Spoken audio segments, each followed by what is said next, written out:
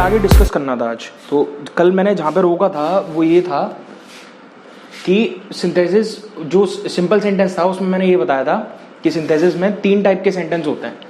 एक आपका मैंने बताया था सिंपल सेंटेंस होता है, एक मैंने बताया था कॉम्प्लेक्स होता है, और एक मैंने बताया था कि कंपाउंड होता है। जिसमें मैं सबसे पहले बात कर रहा था सिंपल की, और सिंपल में मैंने ये बताया था कि मेन वर्ब जो होती है वो इसमें एक ही होती है, और जब एक ही मेन वर्ब होती है तो सेंटेंस भी एक ही होता है। और बाकी वो कोई भी वर्ब आए या बाकी कुछ भी वो आएगा तो वो फिर हमारे नॉन फाइनाइट वर्ब के सेंस में आएगा, या फिर वो पार्टिसिपल बन जाएगा, या वो जेरेंड बन जाएगा, वो जो भी बने वो भी हम आगे देखेंगे कि कैसे बनेगा। आज हम सिंपल सेंटेंस की स्टार्टिंग करते हैं। क्या कि सिंपल सेंटेंस बनते कैसे हैं, देखिए।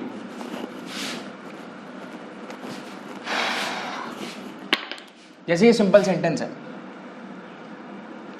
तो सिंपल सेंटेंस को बनाने के कितने तरीके होते हैं आज मैं आपको बताता हूं। आपने शायद इंटरमीडिएट में पढ़े होंगे, लेकिन मैं बताता हूं फिर भी। एक, ये पार्टिसिपल्स से बन जाते हैं। दूसरा, ये आपके इन्फिनेटिव से बन जाते हैं। तीसरा, ये आपके जेरेंड से बन जाते हैं। चौथा, ये आपका नाउन या फ्रेज इन एपोजिशन से बन जाते हैं। पांचवा, बाय यूजिंग एडजेक्टिव से बन जाएगा, या फिर आपका एडजेक्टिव फ्रेज से बन जाएगा। ठीक है ना भाई, एडजेक्टिव फ्रेज।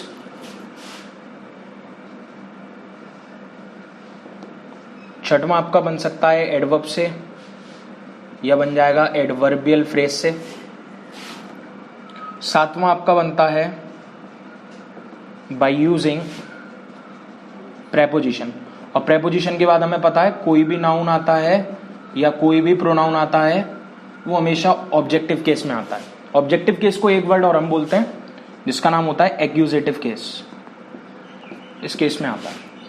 और अगर प्रीपोजिशन के बाद कोई वर्ब आती है तो वो हमेशा आईएनजी फॉर्म में आती है। इस वर्ब की आईएनजी फॉर्म को ही हम जेरेंड कहते हैं, और ये जो जेरेंड होती है ये नाउन का ही काम करती है। क्यों? क्योंकि प्रीपोजिशन के बगल में नाउन आता है, तो ये जो वर्ब के बगल में जो प्रीपोजिशन के बगल में वर्ब आई है वो आईएनजी में आई है, और ये जो वर्ब में आईएनजी है जेरेंड का काम करेगी, जेरेंड को ही हम नाउन कहते हैं। आठवां तरीका, बाय यूजिंग नॉमिनेटिव एब्सोल्यूट। ये बहुत अच्छा टाइप है, इससे एरर्स भी आते हैं, पार्टिसिपल्स से भी एरर्स आते हैं, तभी इनको हम सबसे पहले डिस्कस करेंगे अभी। और एक आता है आपका by using conjunctions. By using conjunctions मतलब कंजंक्शन का हम इसमें यूज कर सकते हैं, लेकिन एक ही शर्त पर, वर्ब हमारी एक ही हो। कॉम्प्लेक्स में भी हम, कंपाउंड में भी हम कंजंक्शन का यूज करते हैं, लेकिन वहां पे वर्ब कई हो सकते हैं। लेकिन जब यहाँ पे हम कंजंक्शंस का यूज करेंगे तो हमें बस एक बात याद रखनी है कि मेन वर्ब हमारी कौन सी होनी चाहिए, एक। बस हमारी मेन वर्ब एक हो, इस बात को हमें बहुत अच्छे से ध्यान रखना है। अब मैं सबसे पहले बात करूंगा कि अगर पार्टिसिपल्स की, बाय यूजिंग पार्टिसिपल। अब मैं पूछना चाहूंगा कि पार्टिसिपल्स होते क्या है, कि अगर ये वर्ड जो पार्टिसिपल्स है क्या। 2 मिनट का टाइम देता हूं, आप लोग सोचिए।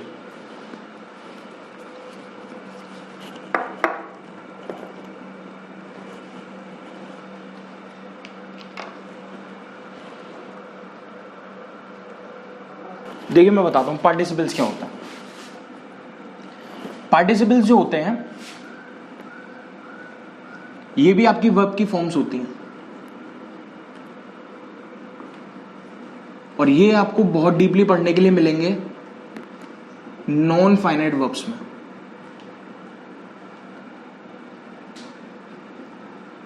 नॉन फाइनाइट वर्ब्स में आपको इन्फिनेटिव, जीरेंड एंड पार्टिसिपल पढ़ने के लिए मिलते हैं, उसी में मिलेंगे।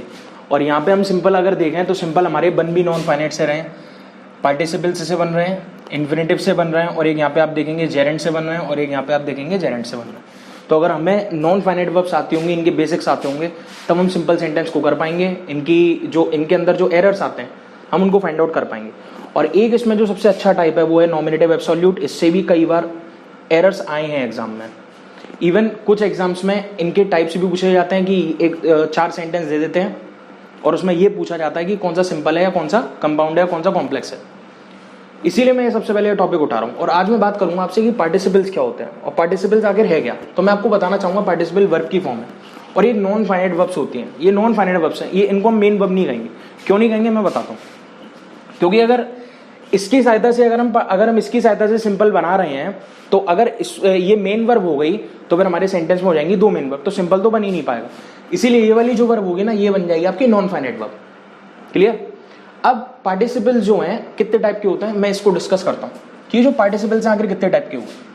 तो पार्टिसिपल्स होते हैं आपके 3 टाइप के। एक है आपका प्रेजेंट पार्टिसिपल, एक है आपका पास्ट पार्टिसिपल, एक है आपका perfect participle. Present participle, past participle और परफेक्ट पार्टिसिपल। तो प्रेजेंट पार्टिसिपल का मतलब, पास्ट पार्टिसिपल का मतलब, परफेक्ट पार्टिसिपल का मतलब, इनको एक तो हम नॉर्मल भी इनके सेंस से जान सकते हैं। प्रेजेंट का मतलब जो काम चल रहा है, पास्ट का मतलब जो हो चुका, परफेक्ट का मतलब होता है कि एक काम होने के बाद दूसरा काम शुरू हुआ, जैसा ये पास्ट परफेक्ट टेंस होता है। मैं आपको बताता हूं कैसे। कि प्रेजेंट पार्टिसिपल है, प्रेजेंट पार्टिसिपल को केवल एक ही तरीके से जाना जा सकता है कि इसमें हमें हमेशा वर्ब में आईएनजी दिखेगी। और देखिए यहाँ पे भी वर्ब में आईएनजी थी। वर्ब में आईएनजी जीरेंट का भी काम कर रही है और वर्ब में आईएनजी यहाँ पे प्रेजेंट पार्टिसिपल का भी काम कर रही है। लेकिन अंतर क्या है दोनों में? अंतर क्या है? यहाँ पे मैंने बताया कि ये जो वर्ब में आईएनजी जीरेंट थी ये नाउन का काम कर रही थी, लेकिन यहाँ पे ये जो प्रेजेंट पार्टिसिपल वर्ब में आईएनजी है ये आपका एडजेक्टिव का काम करती है। यानी जो पार्टिसिपल्स होते हैं, जितने भी पार्टिसिपल्स हैं, ये सारे एडजेक्टिव्स होते हैं। सारे एडजेक्टिव होते हैं क्योंकि ये किसी नाउन या प्रोनाउन को क्वालिफाई करने के लिए आ रहे होते हैं। पास्ट पार्टिसिपल वर्ब की थर्ड फॉर्म होती है। आप लोगों ने अगर वर्ब की फॉर्म से याद करी हो तो जैसे आपने देखा होगा कि एक गो होता है और एक आपका वेंट होता है, एक गॉन होता है और एक गोइंग होती है। तो गो हमारी वर्ब की फर्स्ट फॉर्म है, गो वेंट वर्ब की सेकंड फॉर्म है, गॉन वर्ब की थर्ड फॉर्म है और जो गोइंग है वो वर्ब में आईएनजी है। तो ये जो गॉन जो लिखा हुआ है वर्ब की थर्ड फॉर्म, ये आपका पास्ट पार्टिसिपल है। ये एक एडजेक्टिव की तरह से भी यूज हो सकता है। उसी तरीके से वर्ब में आईएनजी जो है ये आपको ऊपर लिखा होता है बुक्स में प्रेजेंट पार्टिसिपल, ये भी एक एडजेक्टिव की तरह से यूज होता है जब हम किसी नाउन या प्रोनाउन को क्वालिफाई करने के लिए करें। तो यहाँ पे ये पास्ट पार्टिसिपल वर्ब की थर्ड फॉर्म लिखी हुई है। पार्टिसिपल जो भी वर्ड्स होते हैं वो एडजेक्टिव होते हैं, इसीलिए ये भी एक एडजेक्टिव है। उसी तरीके से परफेक्ट पार्टिसिपल जो होते हैं वो क्या होते हैं? देखिए ये 2 टाइप के होते हैं। एक होता है हैविंग के साथ थर्ड फॉर्म और एक होता है हैविंग बीन के साथ थर्ड फॉर्म। यानी वर्ब की थर्ड फॉर्म के साथ जब हम हैविंग लगा दें तब आपका परफेक्ट पार्टिसिपल बनता है। अच्छा, ये मैंने 2 टाइप के लिखे हुए हैं। क्यों लिखे हुए हैं? क्योंकि हैविंग के साथ वर्ब की थर्ड फॉर्म लगती है तो एक्टिव सेंस आता है। हैविंग के साथ अगर बीन और वर्ब की थर्ड फॉर्म लगाओ तो पैसिव सेंस आता है। यानी अगर हमारा सेंटेंस पैसिव में दिया हुआ है जिसका हम सिंपल बना रहे हैं और वो जो सेंस दे रहा है वो परफेक्ट पार्टिसिपल का सेंस दे रहा है, तो फिर हम उसमें हैविंग बीन का यूज करते हैं। अगर एक्टिव का सेंस आ रहा होता है तो हम हैविंग का यूज कर सकते हैं। अगर पास्ट पार्टिसिपल का सेंटेंस है तो उसको उस तरीके से बनाएंगे, प्रेजेंट पार्टिसिपल का सेंस है तो उसको उस तरीके से बनाएंगे। अब मैं आपको बताता हूं कि आखिर तीनों का मतलब क्या होता है। प्रेजेंट पार्टिसिपल का क्या मतलब है, पास्ट पार्टिसिपल का क्या मतलब है और परफेक्ट पार्टिसिपल का क्या मतलब है।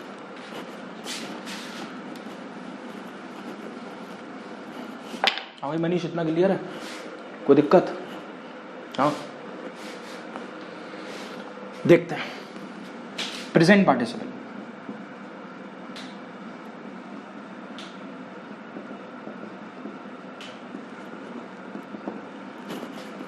पहले ऐसी की बात करते हैं कि आखिर प्रेजेंट पार्टिसिपल क्या है। प्रेजेंट पार्टिसिपल को आप 2 तरीके से पहचानो। एक बात तो ये है कि इसमें 2 काम साथ साथ होते हैं। यानी ये जो सेंटेंस आएगा हमारे सामने, जब इसका सिंपल बनाने के लिए आएगा या हमारे सामने कोई एरर का सेंटेंस आएगा तो उसमें हमें ये पता करना पड़ेगा कि आखिर ऐसा तो नहीं ये जो हमारे सामने दोनों जो सेंटेंस आया है उसमें एक फ्रेज है और एक हमारा सेंटेंस है, तो उसमें कहीं ऐसा तो नहीं हुआ कि दोनों काम साथ साथ हुए तो फिर दोनों प्रेजेंट पार्टिसिपल में आना चाहिए, लेकिन गलती होके आ जाएगी कि वो परफेक्ट पार्टिसिपल में दे देगा। तो हमें ये भी ध्यान रखना पड़ेगा। तो दो काम इसमें होते हैं साथ साथ। दूसरी बात इसमें जैसे कि मैंने बताया वर्ब में आईएनजी का यूज होता है और ये एडजेक्टिव का काम करता है, और एडजेक्टिव जो होते हैं वो नाउन और प्रोनाउन को क्वालिफाई करते हैं, नाउन को या प्रोनाउन को क्वालिफाई करते हैं। और दूसरी बात, ये उस समय नाउन और प्रोनाउन के साथ जो भी एक्शन हो रहा है या नाउन और प्रोनाउन के ऊपर जो भी काम हो रहा है या जो भी उनके साथ इंसिडेंट घट रहा है, तो वो उस समय हो रहा है कब? जब उसको देखने वाला देख रहा है। जब उसको देखने वाला देख रहा है वो एक्शन उसी के साथ हो रहा है। जैसे मैंने एक सेंटेंस बोला, I saw a ship full stop,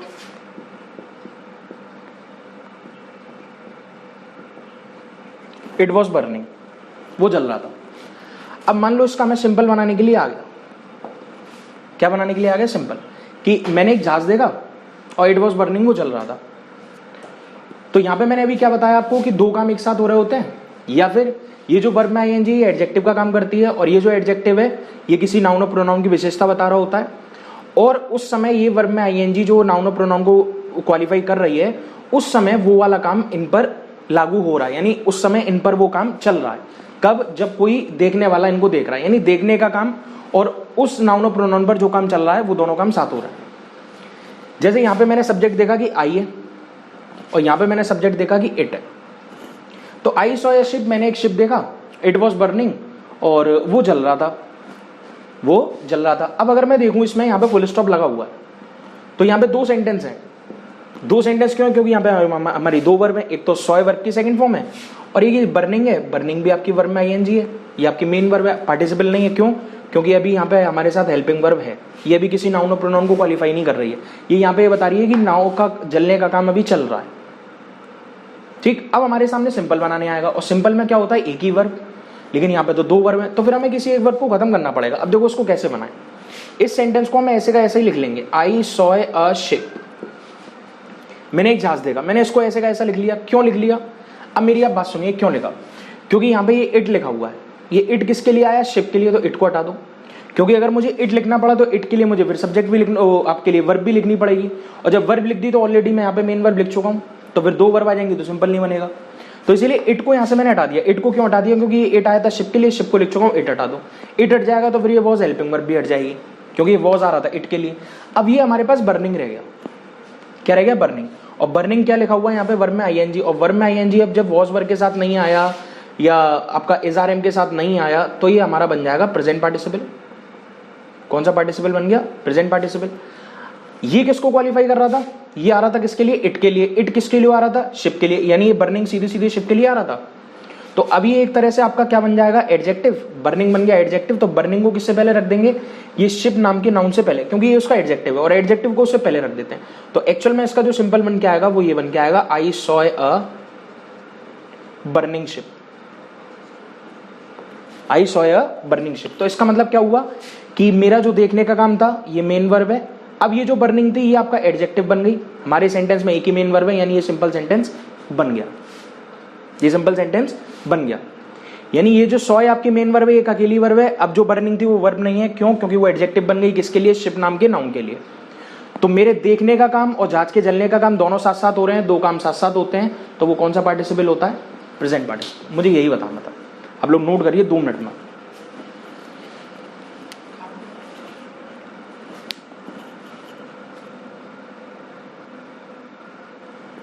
जैसे मैंने बोला कि आई सॉ अ लॉइन और आई रैन अवे। अब मान लो इसका सिंपल बनाना है। सिंपल का मतलब एक ही मेन वर्ब को रखना है, और जो दूसरी वर्ब है कोई भी किसी भी एक सेंटेंस की जो वर्ब है उसको हटा देना है। अब ऐसा अपनी मर्जी के मालिक तो है नहीं कि चाहे 100 को हटा दो चाहे रनिंग को हटा दो।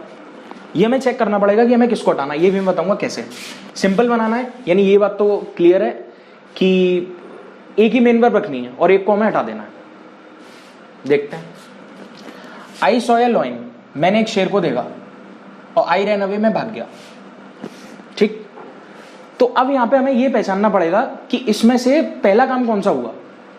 तो पहले काम कौन सा हुआ होगा, मैंने शेर को देखा हुआ। दूसरे नंबर पर काम क्या होगा, मैं भागा हूंगा। ठीक, एक बात क्लियर, यानी पहला काम क्या हुआ, देखने का, दूसरा काम हुआ भागने का। तो इसमें जो पहला काम हुआ उसी को हम पार्टिसिपल में बदलेंगे। अब कौन से पार्टिसिपल बदले, अभी तो हमने 3 पार्टिसिपल पढ़े, प्रेजेंट, पास्ट और परफेक्ट। प्रेजेंट में मैंने बताया दोनों काम साथ होते हैं, पास्ट में मैंने बताया वर्ब की थर्ड फॉर्म होती है, अभी पास्ट की बात ही नहीं करी। लेकिन अब पास्ट को मैंने बिल्कुल रिलेट नहीं किया, लेकिन परफेक्ट को मैं यहाँ पे बताऊंगा। परफेक्ट का मतलब होता है एक काम के बाद दूसरा काम, और प्रेजेंट पार्टिसिपल का मतलब होता है दोनों काम साथ में। तो अब यहाँ पे आप सेंस लगाओ, मैंने शेर को देखा, मैं भाग गया, तो ये तुरंत काम हुआ होगा या एक के बाद एक हुए होंगे? ऐसा तो हुआ नहीं होगा कि आपने शेर को देखा और आपने कहा रुक जाओ पास आ जाने दो फिर भागेंगे, ऐसा तो हो नहीं सकता। शेर को देखते ही भाग गए होंगे, यानी ये वाले जो दोनों काम है ये साइमल्टेनियस है, तुरंत की तुरंत हुए होंगे। आपने शेर को देखा, आप तुरंत भाग गए। जैसे आपके, मान लो आप किसी गली से निकल लो, आपने कुत्ते की भौंक सुनी और आप तुरंत भाग लेते हो, तो कुत्ते को देखते ही आप भागे या कुत्ते की भौंक को सुनते ही आप भागे। तो यहां पर ये दोनों काम जो होने हैं ना, वो प्रेजेंट पार्टिसिपल, ये वो दोनों साइमल्टेनियसली होने हैं, इसीलिए हम इनको बनाएंगे प्रेजेंट पार्टिसिपल में, क्योंकि प्रेजेंट पार्टिसिपल में 2 काम साथ होते हैं। देखिए वो अभी भी लिखा हुआ है। अब किसको प्रेजेंट पार्टिसिपल बदले, इसको या इसको? तो अभी मैंने बताया काम ये वाला पहले हुआ है तो उसी को बदलो। अच्छा, अब यहाँ पे सब्जेक्ट क्या लिखा हुआ है, आई, और यहाँ पे सब्जेक्ट क्या लिखा हुआ है, आई, तो एक जगह से हटा दो क्योंकि हमारा सब्जेक्ट सेम है। इसी को हम प्रेजेंट पार्टिसिपल में बदल देंगे। तो ये सॉ वर्ब की सेकंड फॉर्म थी, अब मैंने इसको लिख दिया सीन, तो seeing a lion comma I ran away, ये बन गया आपका प्रेजेंट पार्टिसिपल का सिंपल सेंटेंस प्रेजेंट पार्टिसिपल की सहायता से। अब अगर कोई पूछे कि ये सीइंग क्या है, तो सीइंग ये जेरेंड नहीं है, सीइंग ये आपका प्रेजेंट पार्टिसिपल है, और ये पार्टिसिपल किसकी विशेषता बता रहा है, ये आपके आई की विशेषता बता रहा है। क्योंकि देखिए ये जो सॉय वर्ब थी किसके लिए, आई के लिए, ये जो रैन वर्ब थी किसके लिए, आई के लिए। तो जब दोनों वर्ब के लिए सब्जेक्ट आई है तो एक ही बार रिपीट कर लो, चाहे आप इसको यहां रिपीट कर सकते हो, चाहे आप इसको ऐसे लिख सकते हो, I seeing a lion comma ran away, ये अभी भी सही है। यहां पर रैन जो है ये आपकी मेन वर्ब है, और ये जो सीइंग है ये आपका प्रेजेंट पार्टिसिपल है, और ये दोनों किसके लिए आ रहे हैं, आई के लिए। लेकिन अब वो मिस्टेक कैसे करके देगा,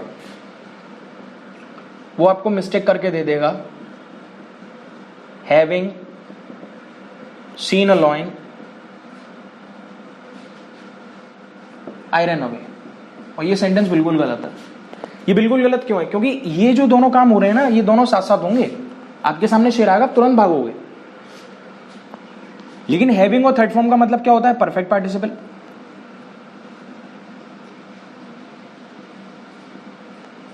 परफेक्ट पार्टिसिपल का मतलब क्या हुआ, एक काम पूरा होने के बाद दूसरा। तो ऐसा तो नहीं हुआ होगा आपने शेर को देख लिया, शेर आपके पास आ गया तब आप भागे, ऐसा तो हुआ नहीं होगा। देखते ही भाग गए आप, देखते ही भाग गए तो फिर आपका परफेक्ट पार्टिसिपल में नहीं बनेगा, तो आप इसको बनाओगे प्रेजेंट पार्टिसिपल में। प्रेजेंट पार्टिसिपल में बनाओगे तो फिर यहाँ पे हैविंग सीन नहीं, यहाँ पे आपको करना पड़ेगा seeing a lion I ran away. ऐसे आपकी मिस्टेक आती है। तो यानी हैविंग सीन की जगह हमें क्या करना पड़ा, सीइंग। क्यों, क्योंकि दोनों एक्शन साथ में हो रहे थे। अब पास्ट पार्टिसिपल को, परफेक्ट पार्टिसिपल को मैं आपको अपने अगले लेक्चर में बता दूंगा, परसों आपको वो वीडियो मिल जाएगा।